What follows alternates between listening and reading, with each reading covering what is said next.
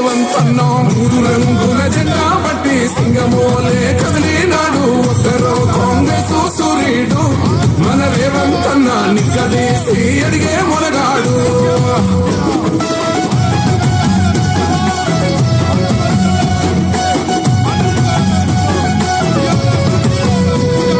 దాడులెన్ని కన్నా పేద ఇంటికి పండుగ తెస్తాడు సోనియమ్మ దివెనతోని రాహులన్న సైనికుడయ్యి పెద్ద కొడుకై యుద్ధం చెయ్య సిద్ధమాయే రేవంత్ అన్న మూడు రంగుల జెండా బట్టి సింగమోలే కదిలినాడు ఒక్కరో కాంగ్రెస్ సూర్యుడు మన రేవంత్ అన్న నిగ్గదీసి అడిగే మొనగాడు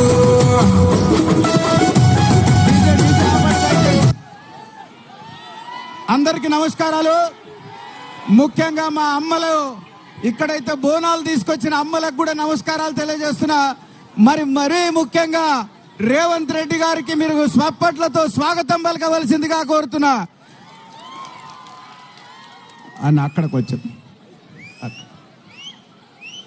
అయితే ఇంత పెద్ద ప్రోగ్రాం ఇక్కడ ఆర్గనైజ్ చేసిన ముఖ్యులకు అందరికి కూడా దీపా భాస్కర్ రెడ్డి గారి మిగతా ముఖ్యులకు అందరికి కూడా నమస్కారాలు తెలియజేస్తూ, అయితే అన్న ఇక్కడ ప్రధాన సమస్య ఇదంతా ఎన్టీఆర్ నగర్ అనే ఒక కాలనీ అన్న. ఇది మన దీపా భాస్కర్ రెడ్డి గారు కూడా ఇక్కడ చాలాసార్లు ధర్నా చేసేయటం జరిగింది. ఇదంతా ప్రభుత్వ భూమి అనుకొని అందరం మనం పట్టాలు ఇచ్చినాం, ఇండ్లు కట్టుకున్నారు. అయితే తర్వాత ఇది ప్రైవేట్ భూమి అని కోర్టులో ఆర్డర్ రావటం వల్ల వీళ్ళకి ఏ డెవలప్మెంట్ కూడా మొత్తం డెవలప్మెంట్ ఆగిపోయిందన్న. అదేవిధంగా సరూర్ నగర్లో కూడా స్లమ్ములు ఉన్నాయి, ఒక 3 స్లమ్ములు ఉన్నాయి. ఆ స్లమ్ములలో కూడా పాపము అందరూ వివిధ గ్రామాల నుంచి వచ్చిన బీద ప్రజలు అక్కడ నివసిస్తా ఉన్నారు. అవి కూడా రెగ్యులరైజేషన్ ప్రాబ్లం ఉంది, పక్కా ఇళ్ళ ప్రాబ్లం ఉంది. ఇది ఒక మీకు పెద్ద మెజారిటీ. మీరంటే రేవంత్ రెడ్డి గారంటే ఇక్కడ బ్రహ్మాండమైన ఒక ఎన్టీఆర్ కాలనీ ఉండటం వలనండి రేవంత్ రెడ్డి గారంటే ఘనంగా స్వాగతం పలుకుదామని ప్రతి బస్తీ నుంచి కూడా ఇక్కడికి రావడం జరిగిందన్న. కనుక దయచేసి ఇక్కడ ఒక అష్టలక్ష్మి టెంపుల్ అని ఉంది, అక్కడ రైల్వే స్టేషన్ పేరు కూడా ఆ యూరోప్ పేరు పెట్టినరు. ఆ దేవుడి మీకు దీవెనలు, మన జనానికి దీవెనలు, మన రాష్ట్రానికి దీవెనలు వస్తాయి. కనుక ఆ రైల్వే స్టేషన్ పేరును కూడా విక్టోరియా కాకుండా అష్టలక్ష్మి టెంపుల్ స్టేషన్ గా మార్చవలసిందిగానే ఒక డిమాండ్ ఉందన్న. ఇదే కాకుండా అన్న మీ కలలు నిజమైతాయి. ఈ రాష్ట్రాన్ని మీరు ప్రపంచంలోనే గొప్ప రాష్ట్రంగా మార్చాలని లక్ష్యం పెట్టుకున్నందుకు గాను మీరు ఒక గొప్ప ఆలోచనతో ముందుకు పోతున్నారు. కనుక ప్రతి ఒక్కరు కూడా మీకు స్వాగతం పలికి మీకు సపోర్ట్ చేయడానికి ఉన్నారన్న. అయితే మరి మీ అందరికీ నేను తెలియజేస్తున్నా, 13వ తారీఖు రోజు ఎలక్షన్ ఉన్నది. చేతి గుర్తు కోటేసి గెలిపించవలసిందిగా, రంజిత్ రెడ్డి గారిని గెలిపించవలసిందిగా కోరుతూ, ఇప్పుడు గౌరవ పెద్దలు మన క్యాండిడేట్ ఒక మంచి వ్యక్తి, ఒక డాక్టరు, ఒక మచ్చలేని మనిషి మరి రంజిత్ రెడ్డి గారిని మాట్లాడవలసిందిగా నేను కోరుతున్నా. అందరికీ నమస్కారం.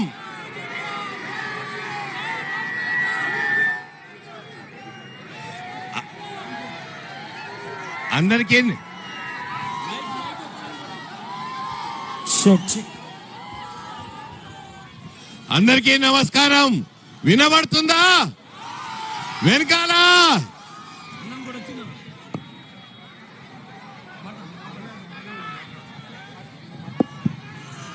జై కాంగ్రెస్, హస్తం గుర్తుకే.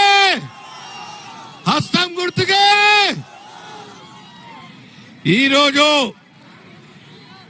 ఇక్కడ ఇంత పెద్ద ఎత్తున మా అక్కలు వచ్చిండ్రు. మీ అందరికీ శిరస్సు వంచి నమస్కరిస్తున్నా. మా అన్నలు వచ్చిండ్రు, మీకందరికీ దండాలు. మా కాంగ్రెస్ సీనియర్ నాయకులకు అందరికీ శతకోటి దండాలు. ఇవాళ మన మధ్యలో మన ముఖ్యమంత్రి వర్యులు గౌరవనీయులు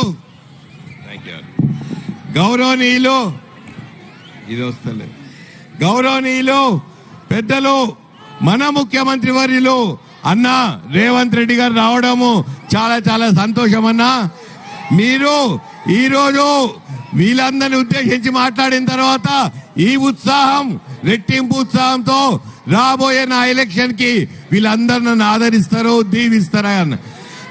మీకు మొట్టమొదటి పాయింట్ అన్న, వీళ్ళందరికి కావాల్సింది ఒకే ఒకటి, రెగ్యులరైజేషన్ కావాలి. ప్రభుత్వాలు వస్తున్నాయి పోతున్నాయి, రెగ్యులరైజేషన్ చేయట్లేదు. మీరు ఒక్క మాట ఇస్తే చాలనా, అదే వాళ్ళకు 1000 వరాలన్నా, మిగతా ఏం అక్కర్లేదు వాళ్ళకు కావాల్సింది రెగ్యులరైజేషన్. అవునా అవునా అవునా? ఇక మీరందరూ మొన్న ఆదరించి గెలిపించినామని అన్న రేవంత్ రెడ్డి అన్న మాట మీద నిలబడి నేను 6 గ్యారెంటీలు అమలు చేస్తా అని చెప్పి అదే దిశలా పొద్దున్న లేస్తే అదే ఆలోచన, రాత్రి అదే ఆలోచన. నేను ఎప్పుడు పోయినా అన్నవే లెక్కలు చేస్తుంటాడు. నా ఆడబిడ్డల్ని సంతోషంగా ఉంచాలి, వాళ్ళకు బాధ చేసిన నేను ఉచిత బస్ అన్న ఇచ్చిన. ఇప్పటి వరకు మొత్తం 1700 కోట్లు ఖర్చు పెట్టి 30 కోట్ల మా అక్క చెల్లెలు ఉచిత ప్రయాణం చేసిండ్రు. తల్లిగారింటికి పోయినరు, పెళ్లికి పోయినరు, పబ్బానికి పోయినరు, గుళ్ళలకు పోయినరు. అవునా అవునా? సంతోషంగా ఉన్నారా? దానికి తోడు మీ అందరికి 500 రూపాయల గ్యాస్ సిలిండర్ ఇస్తా అని చెప్పిండ్రు. మనకి ఎలక్షన్ కోడ్ వచ్చి ఆగింది తప్ప ఈ నెల తప్పకుండా వస్తుంది, మీకు వచ్చే నెల వస్తుంది. ఇవి లేటుగా వస్తాయి కానీ మీ అకౌంట్ లో జమ చేస్తారు. మన నియోజకవర్గ ఇన్ఛార్జ్ అన్న కేఎల్ఆర్ గారు, దీపా భాస్కర్ రెడ్డి గారు, మన వేం నరేందర్ రెడ్డి గారు, పెద్దలు చెల్లా నరసింహారెడ్డి గారు, తీగల కృష్ణారెడ్డి గారు, రంగారెడ్డి గారు, మన ఇన్ఛార్జ్లు శారదమ్మ, నిజాముద్దీన్, శంకర్ యాదవ్, మన డివిజన్ అధ్యక్షులు ఉపేందర్ రెడ్డి గారు ఇక్కడే ఉన్నారు, అనితమ్ము ఇక్కడే ఉంది, దయాకరన్ ఉన్నాడు, మనకు అరవింద్ ఇక్కడే ఉన్నాడు, ప్రతి ఒక్కరు, గణేష్ గుడి ఇక్కడే ఉన్నాడు. ఏదైనా పేర్లు మర్చిపోయినా వీళ్ళందరూ చాలా బలంగా ఉన్నారన్నా. ప్రతి ఒక్కరు చేయి కలిపి చేయిని బలపరుస్తారంటనా. మనకు కావాల్సింది ఈ ఐక్యమత్యనే అన్న. మీ అందరికీ ప్రతి ఒక్క హామీ అమలు చేస్తా అని అన్న బయలుదేరితే అవతల బీజేపీ పార్టీ ఈ సంక్షేమాలు వద్దు, వీళ్ళకి ఉచిత కరెంట్ వద్దు, ఉచిత బస్సు వద్దు, 500 రూపాయల సిలిండర్ వద్దు, ఏ సంక్షేమం కూడా నేను ఇయ్యాలని బీజేపీ వాళ్ళు చెప్తాను. మనకేమో సంక్షేమం అవసరం, మనకి ఇవన్నీ చాలా పేదరికం ఉన్న ఈ దేశంలో మీరందరూ బాగోలు, మీ పిల్లల విద్య కోసం, వైద్యం కోసం మీరు ముందుకు సాగాలంటే ఆసరా ఉండాలి. మీ అందరికి పెన్షన్లు 4000 కావాలి, అత్తలకు కోడళ్ళకు 2500 కావాలి. ఇవన్నీ ఒక వైపు అయితే బీజేపీ వాళ్ళు మతతత్వ పార్టీ తప్ప వాళ్ళు ఏం చేయట్లేదు. మొన్న విశ్వేశ్వరరెడ్డి నా అపోనెంట్ 5000 కోట్లున్నాయని డిక్లేర్ చేసిండు. 5000 కోట్లున్నాయి, చాలా గొప్పోడు, నేనేం కాదనట్లేదు. కానీ 5000 కోట్లున్నోనికి మస్తు పైసలున్నాయి, మస్తు బంగారం ఉన్నది, మస్తు ఇండ్లున్నాయి, మస్తు కార్లున్నాయి అంట. ఆయనకి ఎంపీ ఒక స్టేటస్ సింబల్ గా ఉంచుకుంటాడంట, ఓన్లీ ఢిల్లీలో పోయి కూర్చుంటాడంట. నేను మీరందరూ ఆదరించి గెలిపిస్తే గత 5 సంవత్సరాలు మీ మధ్యలో నిలబడ్డా. మీరు ఎప్పుడు నా ఇంటికి వచ్చినా ఆదరించినా, మీ అందరినీ గుర్తుపట్టినా, మీకు ఇంత ఛాయ్ పోసినా, అవసరాల రీత్యా ఏమున్నా సహాయం చేసిన. ఆయనేమో ఇంటికి వస్తే అపాయింట్మెంట్ అడుగుతుండో. గెలిపించినప్పుడు మీకు తెలియదా వీళ్ళని వస్తే అపాయింట్మెంట్ అడగొద్దు, ఆసరా చేయాలని చెప్పి వైద్యపరంగా విద్యాపరంగా. ఆయనకు నాకు తేడా అదే. నేను ఓ ప్రొద్దున లేస్తే మీ మధ్యలో ఉన్నా, ఆయన ఒక టూరిస్ట్ లాగా వస్తాడు. రేవంత్ అన్న ఆయన ఎప్పుడు బద్ధకంగా పడుకుంటాడు, ఎలక్షన్ల ముందు లేస్తాడు, ఎలక్షన్ నగరం మోగనే వస్తాడు, ఇవన్నీ దండాలు పెడతాడు, ధోతి కడతాడు, బొట్లు పెడతాడు. మరి మిగతా 5 సంవత్సరాలు ఏం చేసినావయ్యా అని అడుగుతున్నా. కోవిడ్ టైంలో ఇంట్లో పండుకున్నాడు, ఎప్పుడు పొద్దున్న లేస్తే శానిటైజర్ పూసుకొని ఇంట్లో పడుకుంటాడంట. మీరు ఆదరించి గెలిపించలేదు. పోయేసారి అదొక గాలికి పోయే కంప, మీరు తాకించుకుంటే కుచ్చుకున్నారు ఒకసారి, మళ్ళోసారి దగ్గర రానియకండి. ఎందుకు రానియాల కంపను? మన మధ్యలో ఉండి మన మధ్యలో నిలబడ్డాడు రేవంత్ అన్న. ఇవాళ ప్రతి గ్యారంటీ అమలు చేస్తా అంటుండు. అంత ధైర్యం ఉండాలి, ప్రజల మధ్యలోకి రావాలి, నేనున్నా అని చెప్పాలి. ఇది ఒక ప్రజా నాయకుడు అంటే. ఎలక్షన్ టూరిస్ట్ లాగా వచ్చేది ఉంటే నడవదిక. అబద్ధాలు బాగా మాట్లాడతాడు. నేను నిజాయితీ పరున్నాను నేను చెప్తున్నా. అబద్ధాలు ఆడే విశ్వేశ్వరరెడ్డి కబడ్దార్ అని చెప్తున్నా. ఇంకోసారి ఆరోపణ చేస్తే దమ్ము ధైర్యం ఉంటే రుజువు చేయి. ఇంకోసారి మాట్లాడొద్దని హెచ్చరిస్తున్నా విశ్వేశ్వర్ రెడ్డి. मेरे मुसलमान भाई बहनों बहुत है इधर, सबको सलाम वालेकुम, ये रहमतुल्लाह बरकातु। अरे हम 75 साल हुआ आजादी होके, आज भी संविधान के रक्षा के बारे में बात करने का क्या जरूरत है बोल के मैं पूछ रहा हूँ। आपको कहते रिजर्वेशन निकाल देते कहते మన బీసీ సోదరులకు, ఎస్సీ సోదరులకు, ఓబీసీలకు, ఎస్టీ సోదరులకు రిజర్వేషన్ తీసేసి మీకు రిజర్వేషన్లు అవసరం లేదంటాడు మోడీ.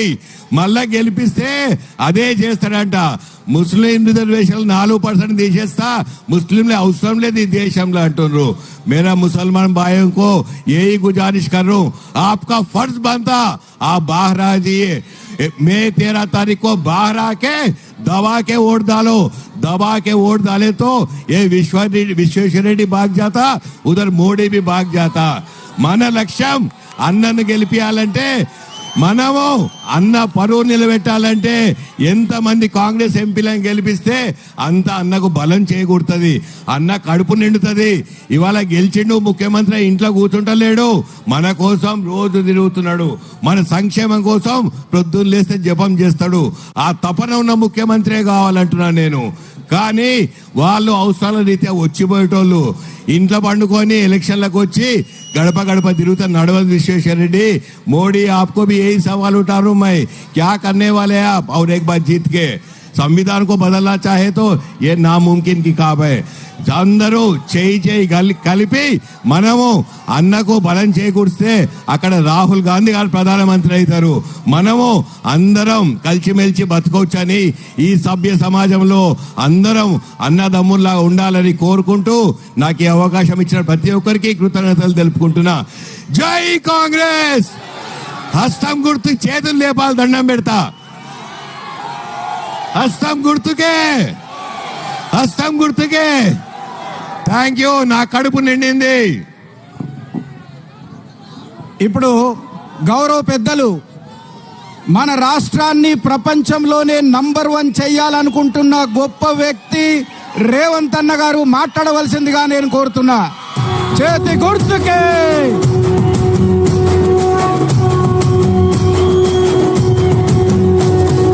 మూడు రంగుల జెండా బట్టి సింగమోలే కదిలేనాడు ఒక్కరో కాంగ్రెస్ సూర్యుడు, మన రేవంత్ అన్న నిగ్గదీసి అడిగే మునగాడు.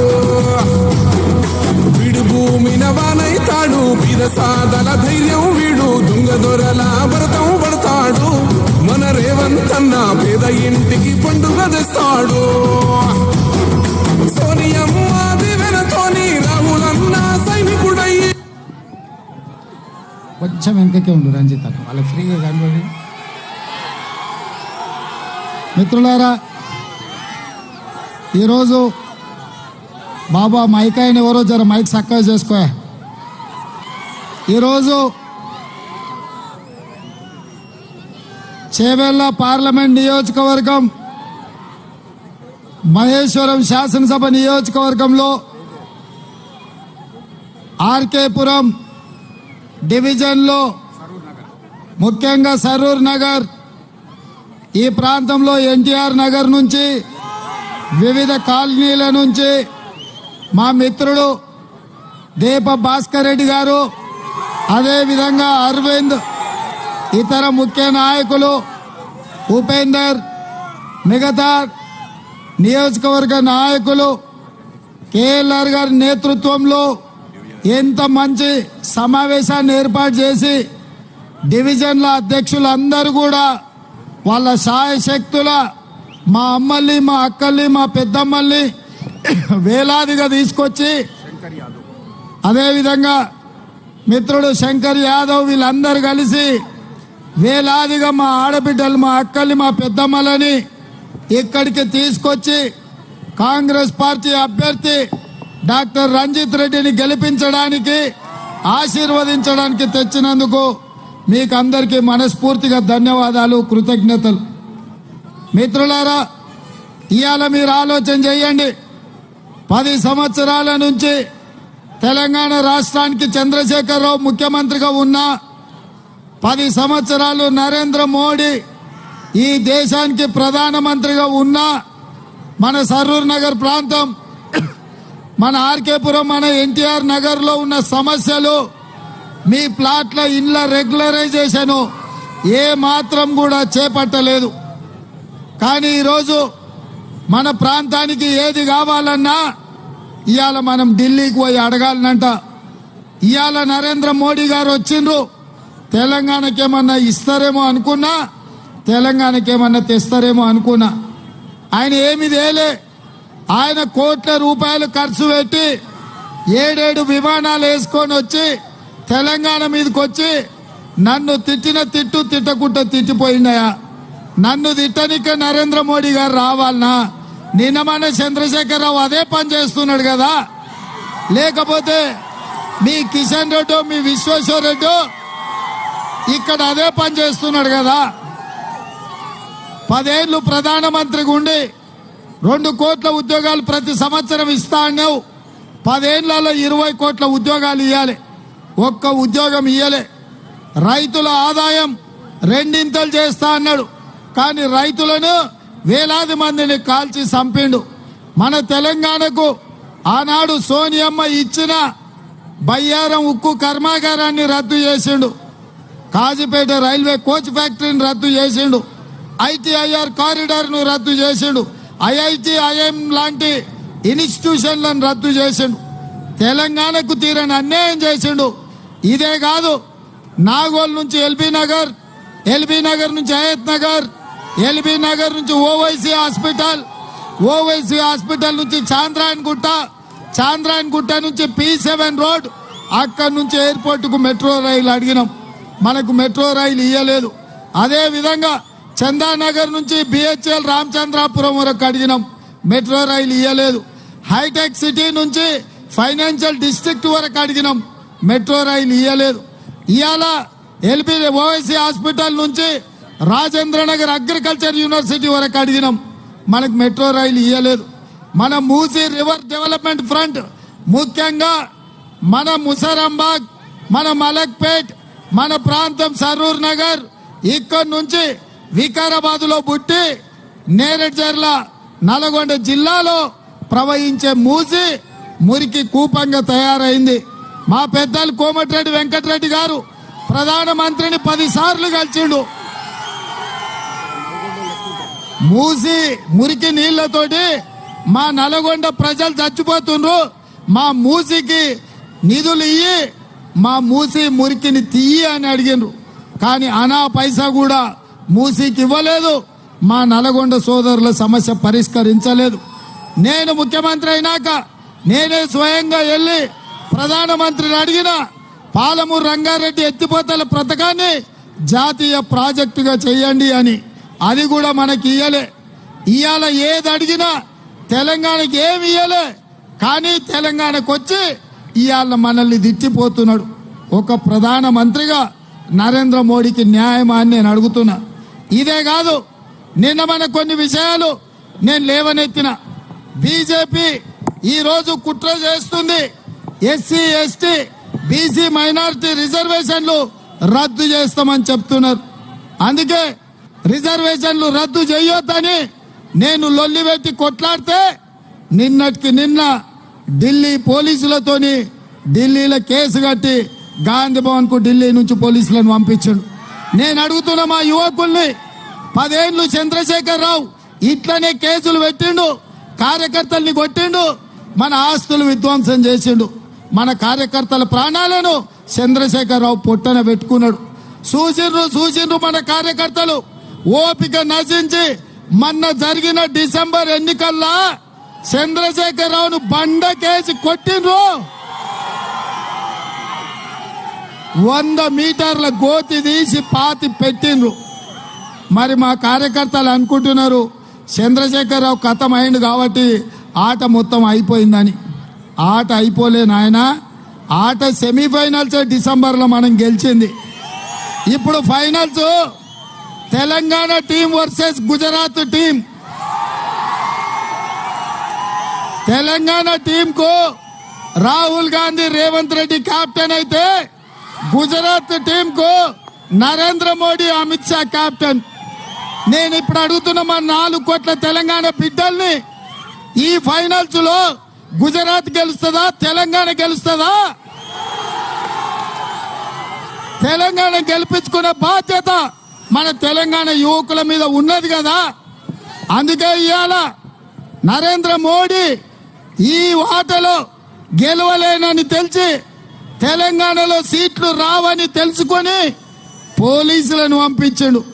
ఆయనకు మొదటి నుంచి అలవాటు ఉంది ఈడీ, ఇన్కమ్ ట్యాక్స్, సిబిఐలను పెట్టి భయపెట్టేది. ఇక వాటి వల్ల కూడా కాలే, ఇప్పుడు ఢిల్లీ పోలీసులను పంపించాడు. నేను అడుగుతున్న మా సోదరులని, మీ రేవంత్ అన్న పోలీసులకు భయపడతాడా? చంద్రశేఖరరావు ఇట్లనే చేసిండు కదా, చెర్లపల్లికి చంచల్గూడకు పంపించిండు కదా, భయపెట్టాలని చూసిండు కదా, ఊకున్నావా? గోడకు బంతేసి కొడితే ఎంత వేగంగా పోయిందో అంతకంటే వేగంగా వచ్చి చంద్రశేఖరరావును బొంద పెట్టినాం కదా. మరి ఇవాళ బీజేపీ నాయకులు చంద్రశేఖరరావు చేసినట్టే చేస్తారు. నేను మోడీ గారి ప్రసంగం విన్నా, ప్రసంగం మొత్తం నన్ను తిట్టనికనే కేటాయించిండా. ఏందుందా, నేను ఎంఏ ముఖ్యమంత్రి అయ్యి 5 నెలలు అయింది. 10 ఏళ్ళు ప్రధానమంత్రిగా, 13 ఏళ్ళు ముఖ్యమంత్రిగా పెద్ద పెద్ద బాధ్యతలు చేసిన మోడీ గారు ఈ రాష్ట్రానికి వస్తే ఆయన మాట్లాడాల్సింది ఏంది? యువకుడు తెలంగాణ ముఖ్యమంత్రి అయ్యిండు, ఆడబిడ్డలకు 35 కోట్ల మంది ఆడబిడ్డలకు ఆర్టీసీలో ఉచితంగా బస్సు రవాణా కల్పించిండు. నేను అభినందిస్తున్నా అని చెప్పాలి. ఎందుకంటే మా అక్కలకు అంతకుముందు అమ్మగారింటికి పోవాలన్నా ఆలోచన చేసేది, ఇప్పుడు అవసరమా పిల్లల ఫీజు కట్టాలని. ఇంటి ఆయనతో కొట్లాడితే అలిగినమని చూపించాలన్నా అమ్మగారింటికి పోలేని పరిస్థితి.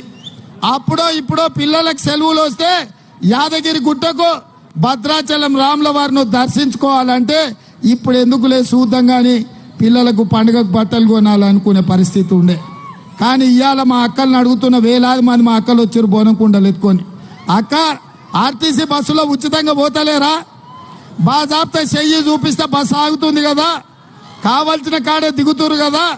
మరి మోడీ వచ్చి అనాలి కదా, ఆడబిడ్డలకు ఆర్టీసీలో రేవంత్ రెడ్డి బస్సు ఉచితంగా ఇచ్చిండా, మంచి పిల్లగాడు మంచి పని చేసిండు ఆడబిడ్డలకు అనాలి కదా. అదే కాకుండా మా అక్కల కట్టెలపై కష్టాలు తీర్చి 1200 ఉన్న సిలిండర్ ఇవాళ 500 రూపాయలకే 40 లక్షల కుటుంబాలకు మా అక్కలకి ఇస్తున్నా. సిలిండర్ పైసలు ధర పెరిగితే మా అక్క దగ్గర ఉన్న ఖర్చులే అవుతాయి. ఇంటి ఆయన ఇస్తాడా? ఆయన దగ్గర ఏమన్నా ఉన్నా సాయంత్రం తీసుకుపోయి బెల్ట్ షాపులు ఇస్తాడు. అవునా? మా అక్క నవ్వుతుంది, నిజమే ఉన్నట్టుంది. ఇంటికాడ వద్దాయన ఇనకుట పోయి సాయంత్రం పోతే బెల్ట్ షాపులు ఇస్తాడు. అందుకే మా అక్కకు సిలిండర్ల పైసలు మిగిలబెట్టాలని, ఆ పైసలు మిగిలితే పిల్లల చదువులకు, ఇంటి కిరాయికో లేకపోతే చిట్టేసుకుంటే కుటుంబానికి ఇంత ఉపయోగపడుతుందని మా అక్కల కోసం 500 రూపాయలకే సిలిండర్ ఇచ్చిన. ఇంట్లో ఆరోగ్యం దెబ్బతింటే దవాఖానకు పోవాలంటే ఆస్తి అమ్మే పరిస్థితి, ఆ బిల్లు చూస్తే మనము చచ్చిపోయే పరిస్థితి ఉండే. అందుకే రాజీవ్ ఆరోగ్యశ్రీ పథకం ద్వారా మా ఆడబిడ్డలకు 10 లక్షల రూపాయలు ఆరోగ్యశ్రీ పథకంలో ఇచ్చినాం. ఇదే కాదు, ఊర్లలో వ్యవసాయం ఉన్నోళ్ళకి, భూములు ఉన్నోళ్ళకే ఉచిత కరెంట్ ఉందని నా పాదయాత్రలో చాలా మంది వచ్చి చెప్పారు. నేను కూడా ఆలోచన చేసిన, నిజమే కదా, భూమి లేని పేదలకు కూడా మనం ఆదుకోవాలి, వాళ్ళు కూడా మనోళ్లే కదా అని. అందుకే ఇవాళ పేదలకు ప్రతి ఇంటి బిల్లులో 200 యూనిట్లు ఉచితంగా కరెంట్ ఇచ్చి 0 బిల్లు, దాదాపుగా 1000 నుంచి 1500 మా అక్కలకు ఇవాళ పైసలు మిగిలిచ్చినాం కదా. అదే విధంగా ఇవాళ ఇందిరమ్మ ఇండ్లు కట్టుకోనికే 5 లక్షల రూపాయలు ఉచితంగా ఇచ్చినాం. ఇవన్న నరేంద్ర మోడీ గారు చూసి గుజరాత్ లో లేని పథకాలు తెలంగాణలో రేవంత్ రెడ్డి ఆర్టీసీ బస్సు ఉచితంగా ఆడబిడ్డలకు ఇచ్చిండాను, ఆరోగ్యశ్రీ పథకం తెచ్చిండాను, 500కే సిలిండర్ ఇచ్చిండాను, 200 యూనిట్లు పేదలకు 0 బిల్లు ఇచ్చిండాను, 3 నెలల నిరుద్యోగ యువకులకు 30,000 ఉద్యోగాలు ఇచ్చిండాను. అభినందిస్తాడేమో అనుకున్నా. ఇవేవి మాట్లాడలే, తిట్ల దండకం ఎత్తుకున్నాడు. ఏమొస్తుంది నరేంద్ర మోడీ గారు నన్ను తిడితే మీకేమొస్తుంది? మీ కడుపులో ఆయాసం వస్తుంది, అంతకు మించి మీకేమన్నా వస్తుందా? మాకేమన్నా ఇచ్చినవా? అంత దూరం నుంచి 7 విమానాలు వేసుకొని వచ్చిండు మోడీ. ఏమిచ్చిండు? గట్టిగా ఏమిచ్చిండు? ఇగో మా సోదరుడు చెప్పిండు, మోడీ వచ్చిండు గాడిద గుడ్డు తెచ్చిండు అని. ఏమయ్యా తెలంగాణ వాళ్ళకు గాడిద గుడ్డా? మీ గుజరాత్కి ఏమో బంగారు గుడ్డు తీసుకుపోతావా? బుల్లెట్ ట్రైన్ తీసుకుపోతావా? సబర్మతి రివర్ ఫ్రంట్ తీసుకుపోతావా? గిఫ్ట్ సిటీ కట్టుకుంటావా? మా తెలంగాణకు వచ్చిన పెట్టుబడులు బెదిరించి గుజరాత్ కు గుంజుకపోతున్నాడు. ఎన్ని రోజులు సాగుతుందా ఈ దౌర్జన్యం? అందుకే ఇవాళ మీరు ఆలోచన చేయండి. మన ప్రభుత్వం ఉంది, 4.5 ఏళ్లు మీ సోదరుడుగా, రాబోయే 10 ఏళ్లు తెలంగాణలో ఇందిరమ్మ రాజ్యం ఉంటది. పేదల సంక్షేమం అమలు చేసేది, ఈ ప్రాంతాన్ని అభివృద్ధి చేసేది, మూసి మురికి తీసేది, మెట్రో రైలు కట్టేది, హైదరాబాద్ కి కృష్ణా గోదావరి జలాలు తీసుకొచ్చేది, 666 కట్టేది కాంగ్రెస్ పార్టీ. కాంగ్రెస్ పార్టీకి అండగా ఉండండి. నరేంద్ర మోడీ ఉద్దర సుట్టం, మనకు తెచ్చేదేం లేదు, ఏమన్నా ఉంటే తినిపోయేదే. ఇవాళ మనం కట్టే పన్నులల్లా రూపాయి పన్ను కేంద్రానికి కడితే 43 పైసలు ఇస్తుండు. అదే ఉత్తరప్రదేశ్ గుజరాత్ వాళ్ళు 1 రూపాయి కడితే 7 రూపాయలు ఇస్తున్నాడు వాళ్ళకు. వాళ్ళ సొంతమైతే గట్ల, పరాయోళమైతే గిట్ల. అందుకే కిషన్ రెడ్డికి, బండి సంజయ్కి, ధర్మపురి అరవింద్కు, కొండా విశ్వేశ్వరరెడ్డికి నేను చెప్తున్నా, మీరు తెలంగాణను గుజరాత్ వాళ్లకు తాకట్టు పెట్టకండి, తెలంగాణను మోసం చేయకండి. విశ్వేశ్వరరెడ్డి అనుకుంటుండు ఆయన కొండ అని, కానీ మా కాంగ్రెస్ పార్టీ కార్యకర్తలు అనుకుంటే అది కొండైనా బండైనా ఒక గుద్దు గుద్దుతే నుచ్చు అయిపోద్ది. ఇక మా అక్కలు అనుకుంటే ఇక కొండ ఎక్కడుందో బండ ఎక్కడుందో ఎతకాల్సిందే, బంగాళాఖాతంలో పడాల్సిందే కొండ బండ పోయి. అందుకే మిత్రులారా, మీరందరూ మహేశ్వరం నియోజకవర్గ నాయకులకు ఈ వేదిక మీద నుంచి నా విజ్ఞప్తి, మా లక్ష్మణకు, మా తీగల కృష్ణారెడ్డి గారికి, మా దీప భాస్కర్ కు, మా ముఖ్యమైన నాయకులకు చల్లా నరసింహారెడ్డి గారికి, మహేశ్వరం నియోజకవర్గం నుంచి 25,000 మెజారిటీ మీరు ఇవ్వాలి. అదే విధంగా మీ ఎన్టీఆర్ కాలనీ ప్రాంతంలో ఉండే సమస్య, మీ రెగ్యులరైజేషన్ పట్ల నాకు తెలుసు, 25,000 మెజారిటీ ఇవ్వండి. మిమ్మల్ని సచివాలయంలో కూర్చోబెట్టి మీ సమస్యని పరిష్కరించి మీకు న్యాయం చేసే బాధ్యత నాది. అందుకే మిత్రులారా, 25,000 మెజార్టీ మీరు ఇవ్వండి. రంజిత్ రెడ్డిని చేవెళ్లలో 1,00,000 మెజార్టీతో గెలిపించే బాధ్యత నాది.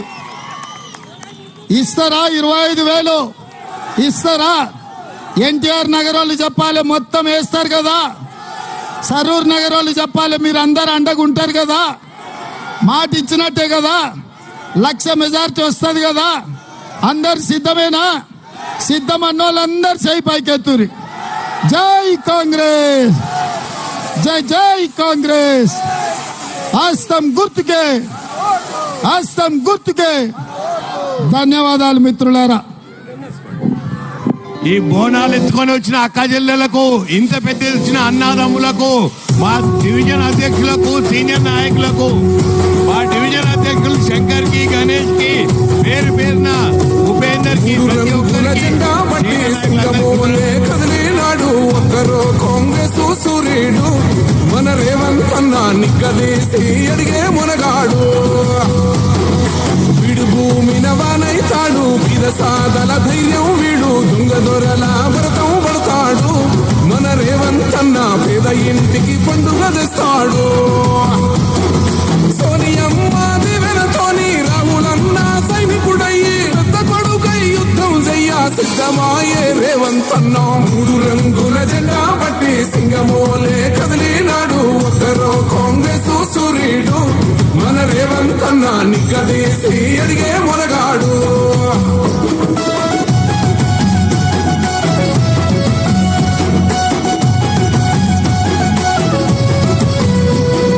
దాడులెన్ని జరిగిన గాని దడువలేదు రేవంత్ అన్న, గంతకంతా ఎత్తుకు ఎదిగాడు.